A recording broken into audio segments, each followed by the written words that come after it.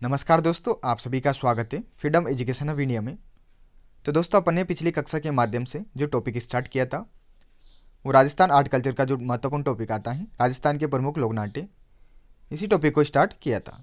इसके अंतर्गत अपन ने लोक नाट्यों की प्रमुख विधाओं के बारे में अध्ययन किया था। सबसे पहले जो अपन ने महत्वपूर्ण विधा के बारे में पढ़ा था वो थी अपने पास दोस्तों ख्याल।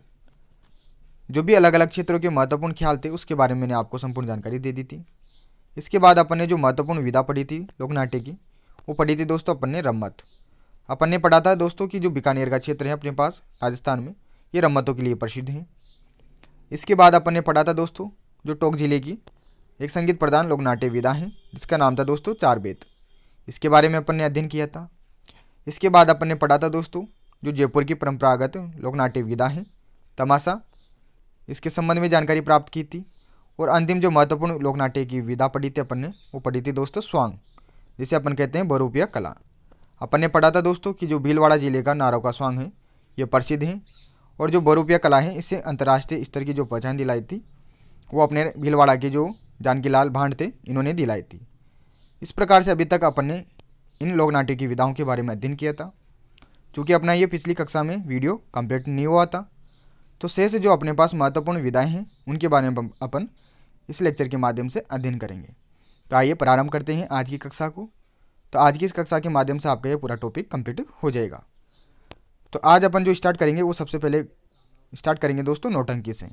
नौटंकी भी अपने पास राजस्थान के लोकनाट्यों के अंतर्गत ही आती है, जो कि एक महत्वपूर्ण विधा है। नौटंकी के बारे में अपन जाने तो क्या जानेंगे दोस्तों कि राजस्थान में नौटंकी का प्रचलन डींग निवासी, ये जो डींग है दोस्तों ये अपने पास भरतपुर जिले में पड़ता है। जो डींग के निवासी थे दोस्तों श्री भूरीलाल, इन्होंने ही किया था। तो नौटंकी का जो प्रचलन राजस्थान में किया था वो भूरीलाल जी ने किया था।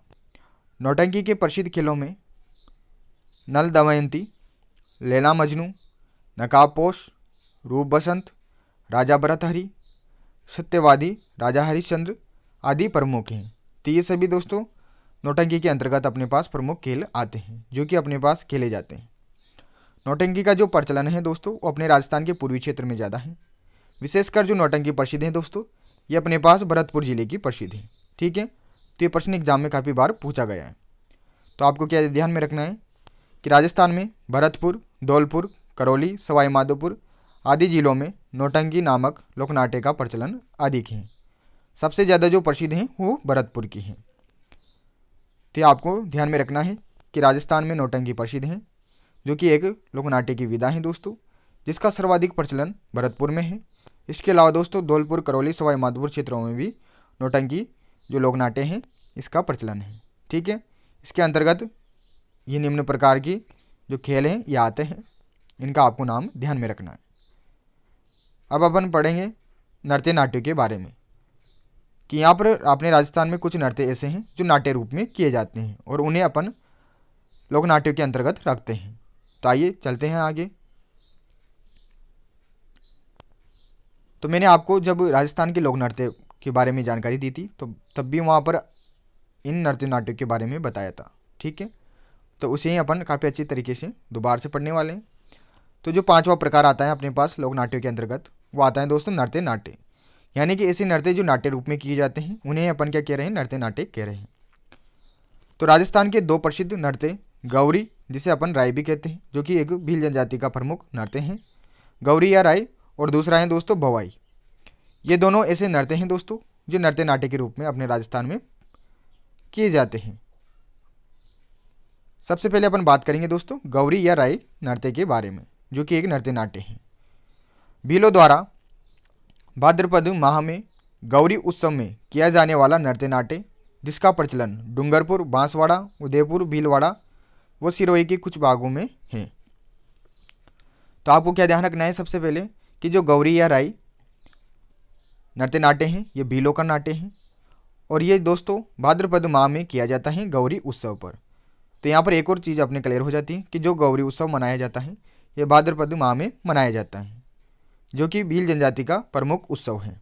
ठीक है, जो गौरी या राई नृत्य नाट्य है इसका प्रचलन विशेषतः डूंगरपुर और बांसवाड़ा में अधिक है, परंतु इसके अलावा दोस्तों उदयपुर, भीलवाड़ा व सिरोही के कुछ क्षेत्रों में भी इसका प्रचलन है। तो महत्वपूर्ण बात है, यहाँ से ही एग्जाम में प्रश्न पूछा जाता है। गौरी लोक नाट्य का मुख्य आधार भगवान शिव तथा भस्मासुर की कथा है।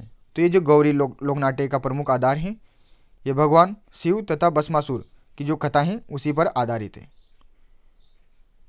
ये बात आपको ध्यान में रखनी है। गौरी जो नृत्य नाट्य हैं दोस्तों, ये राखी के अगले दिन से इसका प्रदर्शन किया जाता है और ये लगभग 40 दिन तक चलता है।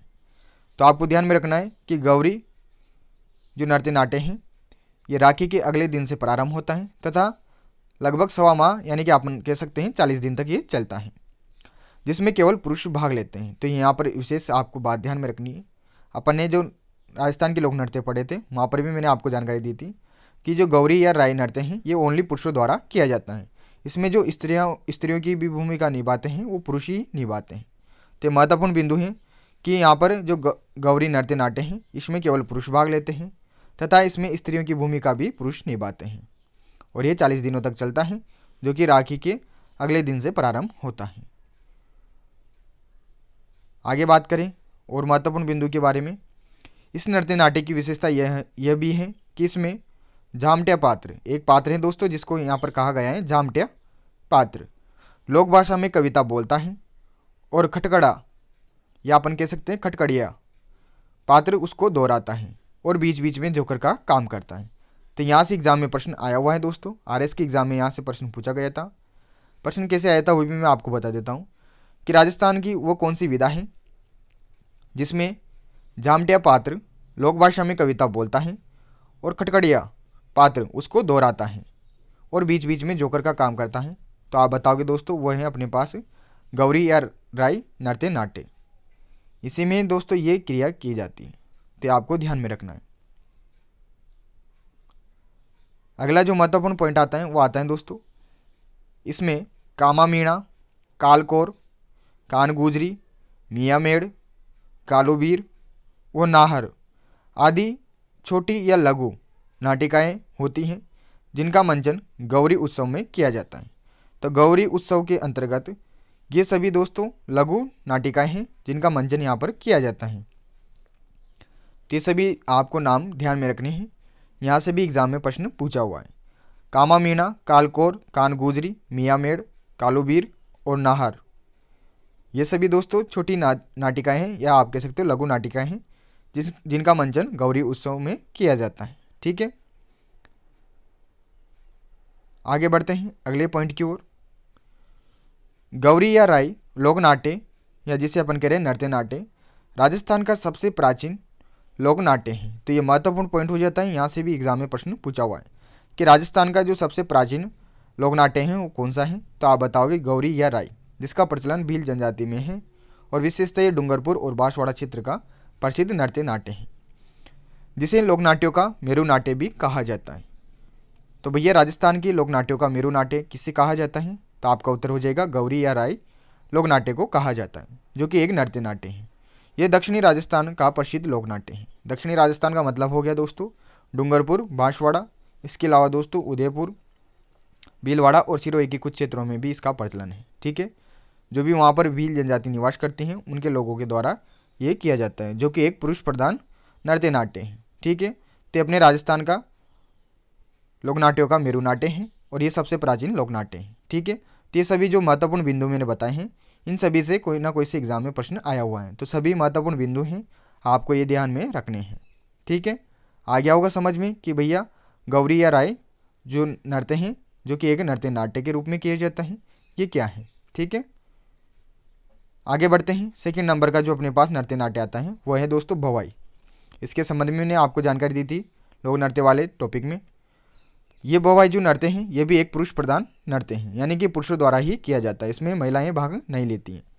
भवाई जाति के लोगों द्वारा, जो भवाई जाति हैं ये दोस्तों उदयपुर की जाति हैं।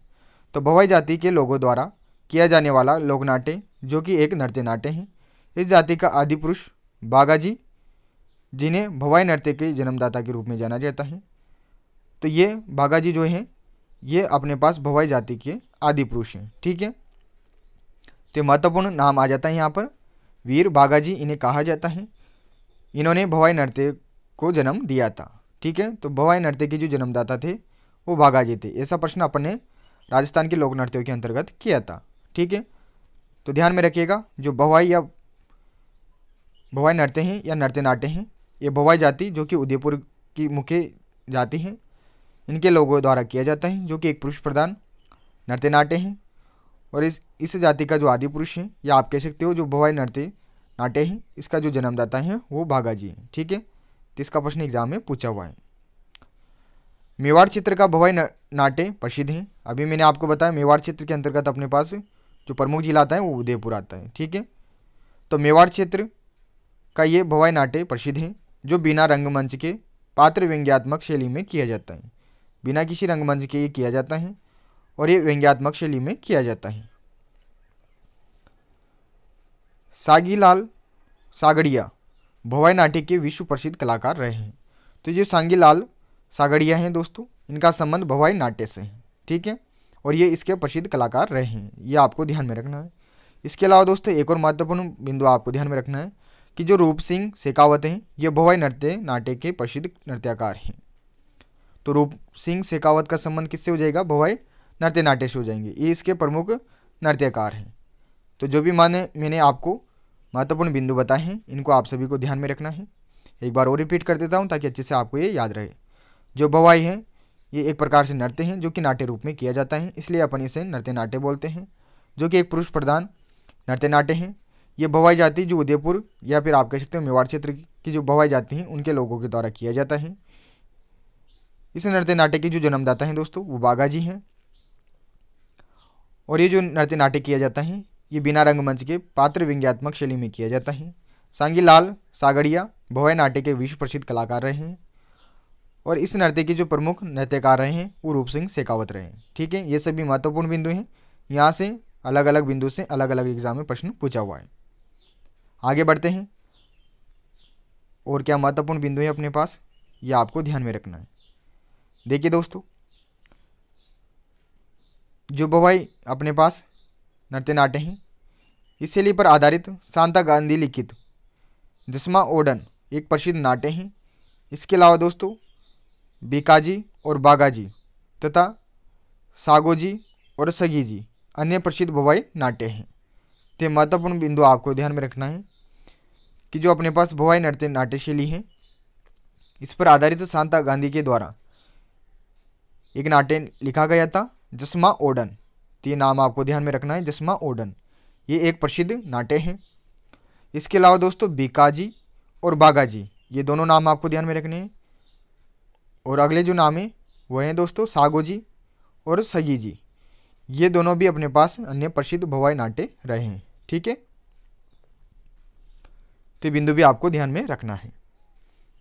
अब अंतिम जो विधा बच जाती है अपने पास भवाई नाट्य की, वह है दोस्तों फारसी थिएटर। तो इसके बारे में भी आप जान लीजिए, इससे भी एग्जाम में प्रश्न पूछा जाता है, ठीक है। फारसी थिएटर या फिर आप कह सकते हो रंगमंच, रंगमंच इसे कहा जाता है। इसकी विशेषता और शैली के बारे में आप जान लीजिए कि फारसी थिएटर के अंतर्गत क्या क्या अपने पास विशेषता आती है। तो देखिए दोस्तों, इसमें जो भी अभिनेता होते हैं उनके द्वारा मुख्य मुद्राओं तथा हाव भाव का व्यापक रूप से प्रदर्शन किया जाता है। इसके अलावा दोस्तों नाटक का निश्चित कथात्मक स्वरूप, बोलचाल तथा संवाद की एक खास किस्म की शैली का प्रयोग किया जाता है। तो ये जो विशेषता है ये फारसी थिएटर की है, किसमें अभिनेताओं के द्वारा मुख्य मुद्राओं तथा हाव भाव का व्यापक रूप से प्रदर्शन किया जाता है तथा नाटक का निश्चित कथात्मक स्वरूप, बोलचाल तथा संवाद की एक खास किस्म शैली का प्रयोग यहाँ पर किया जाता है। इसे अपन क्या कह रहे हैं दोस्तों? फारसी थिएटर कह रहे हैं। इसे अन्य नाम दे सकते हैं अपन रंगमंच।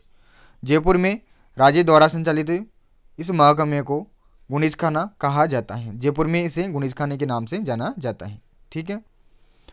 राजस्थान में प्रथम फारसी थिएटर या रंगमंच की जो स्थापना हुई थी दोस्तों, ये जयपुर के महाराजा राम सिंह द्वितीय ने 1878 ईस्वी में राम प्रकाश थिएटर के नाम से करवाई थी, ठीक है। तो महत्वपूर्ण बिंदु हैं, जनरली जो एग्जाम में सबसे ज़्यादा बार प्रश्न पूछा गया है यहाँ से वो इसी बिंदु से पूछा गया है कि राजस्थान में जो प्रथम फारसी थिएटर या रंगमंच की स्थापना हुई है वो जयपुर में हुई है। किसके समय पर हुई है? तो महाराजा राम सिंह द्वितीय के समय पर हुई है 1878 ईस्वी में। और किस नाम से हुई है? राम प्रकाश थिएटर के नाम से हुई है। तो राम प्रकाश थिएटर की स्थापना किसने की थी? तो आप बताओगे महाराजा राम सिंह द्वितीय ने की थी। कब की थी? 1878 ईस्वी में की थी। और ये अपने राजस्थान का प्रथम पारसी थिएटर था, यानी कि रंगमंच था। तो ये आपको बिंदु ध्यान में रखना है। आगे बढ़ते हैं और अन्य महत्वपूर्ण बिंदु की ओर। झालावाड़ की भवानी नाट्यशाला राज्य के रंगकर्म जगत की एक अनुपम धरोहर है, जिसका निर्माण वहाँ के शासक भवानी सिंह ने ओपेरा शैली में 1921 ईस्वी में करवाया था। तो ये भी महत्वपूर्ण बिंदु है कि जो भवानी नाट्यशाला है, जो कि एक रंगमंच है दोस्तों, ये झालावाड़ का है और यह रंगकर्म जगत की एक अनुपम धरोहर है। इसका निर्माण दोस्तों भवानी नाट्यशाला का जो निर्माण करवाया था, ये झालावाड़ के शासक भवानी सिंह ने करवाया था ओपेरा शैली में। और कब करवाया था? 1921 ईस्वी में करवाया था। तो बिंदु भी आपको ध्यान में रखना है। राजस्थान में माणक्यलाल डांगी तथा कन्हैयालाल पंवार पारसी थिएटर के विख्यात रंगकर्मी रहे हैं। तो दोनों नाम भी आपको ध्यान में रखने हैं। आपसे एग्जाम में पूछ लिया जाए कि माणक्यलाल डांगी तथा कन्हैयालाल पंवार का संबंध राजस्थान की कौन सी कला से है? तो आप बताओगे दोस्तों पारसी थिएटर, इससे संबंधित रंगकर्मी है। अब ये नोट भी आपको ध्यान में रखना है कि राजस्थान में नाटकों के जनक एवं निर्देशक जो माने जाते हैं दोस्तों, वो श्री कन्हैयालाल पंवार माने जाते हैं। तो महत्वपूर्ण हो जाता है। जो श्री कन्हैयालाल पंवार हैं दोस्तों, इन्हीं को ही राजस्थानी नाटकों का जनक माना जाता है, वो इसका निर्देशक माना जाता है, जो कि एक पारसी थिएटर के विख्यात रंगकर्मी भी रहे हैं। ठीक है, तो ये सभी महत्वपूर्ण बिंदु थे जो कि अपने पास किससे संबंधित थे? पारसी थिएटर से संबंधित थे। जनरली यहाँ से जो एग्जाम में प्रश्न आया है वो इन दोनों स्टार के जो पॉइंट हैं इनसे आया है। ठीक है, तो इनको आप ध्यान में रखिएगा कि रामप्रकाश थिएटर की स्थापना किसने की थी? तो महाराजा राम सिंह द्वितीय ने की थी। इसकी स्थापना कहाँ हुई थी? तो जयपुर में हुई थी। कब हुई थी? 1878 ईस्वी में हुई थी। जो भवानी नाट्यशाला है, इसका संबंध कहाँ से है? तो झालावाड़ से हैं। जो झालावाड़ के शासक थे भवानी सिंह, इन्होंने इसका निर्माण ओपेरा शैली में करवाया था। और कब करवाया था? 1921 ईस्वी में करवाया था। और राजस्थान के नाटकों के जो जनक कहा जाता है, निर्देशक कहा जाता है, वो श्री कन्हैयालाल पंवार को कहा जाता है, जो कि पारसी थिएटर के एक विख्यात रंगकर्मी भी रहे हैं। तो इस प्रकार से आपका ये जो टॉपिक था दोस्तों राजस्थान के प्रमुख लोक नाट्य, वो उसकी विधाएं वाला ये कंप्लीट हो जाता है। जितने भी महत्वपूर्ण बिंदु थे उसके बारे में मैंने आपको जानकारी दे दी है। साथ में ये भी बताएं कि कहाँ से प्रश्न एग्जाम में पूछा हुआ है। अब इसका जो एक पार्ट और रह जाता है अपने पास, वो रह जाता है दोस्तों इस टॉपिक के सभी क्वेश्चन, जितने भी विगत वर्षों की परीक्षाएं हुई है उनमें जो क्वेश्चन पूछे गए हैं, उन क्वेश्चनों को मैं आपको आने वाले संडे में कंप्लीट करवा दूंगा, ताकि आपका इस टॉपिक का रिवीजन भी हो जाएगा और आपको पता लग जाएगा कि किस प्रकार से यहाँ पर इस टॉपिक से प्रश्न पूछे गए। तो आशा करता हूँ दोस्तों ये टॉपिक आपको अच्छे से क्लियर हो गया होगा। आप इसे भी अच्छे से अपने रजिस्टर में नोट डाउन कर लीजिएगा, जो भी मैंने आपको महत्वपूर्ण बिंदु बताए हैं और जो भी विधाएँ बताई है। तो मिलते हैं अगले वीडियो में, तब तक के लिए धन्यवाद। जय हिंद, जय भारत।